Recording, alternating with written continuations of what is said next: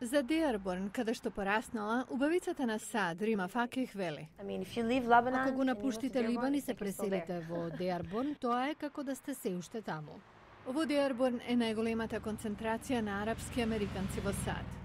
People were very skeptical. Луѓето беа многу скептични дека арапска американка или муслиманска американка може да стигне до таму.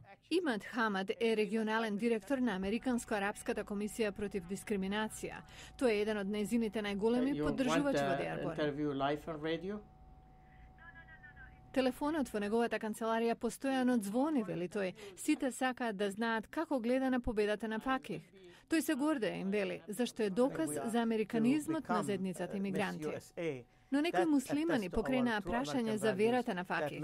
Незиното семејство е шиитско и критиката вели дека тие не ги представуваат вредностите на муслиманската вера, зашто, например, носела костум за капење на изборот за мис. Фотографиите објавени по настанот, а направени пред да биде избрана, на кој таа провокативно игра, исто така покренале загриженост. Не знам зошто воопшто се зборува за неа како модел за муслиманите.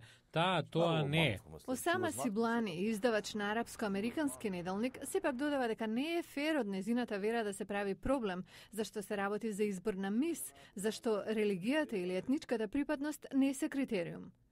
Еве што кажа Факих за гласот на Америка по сево ова.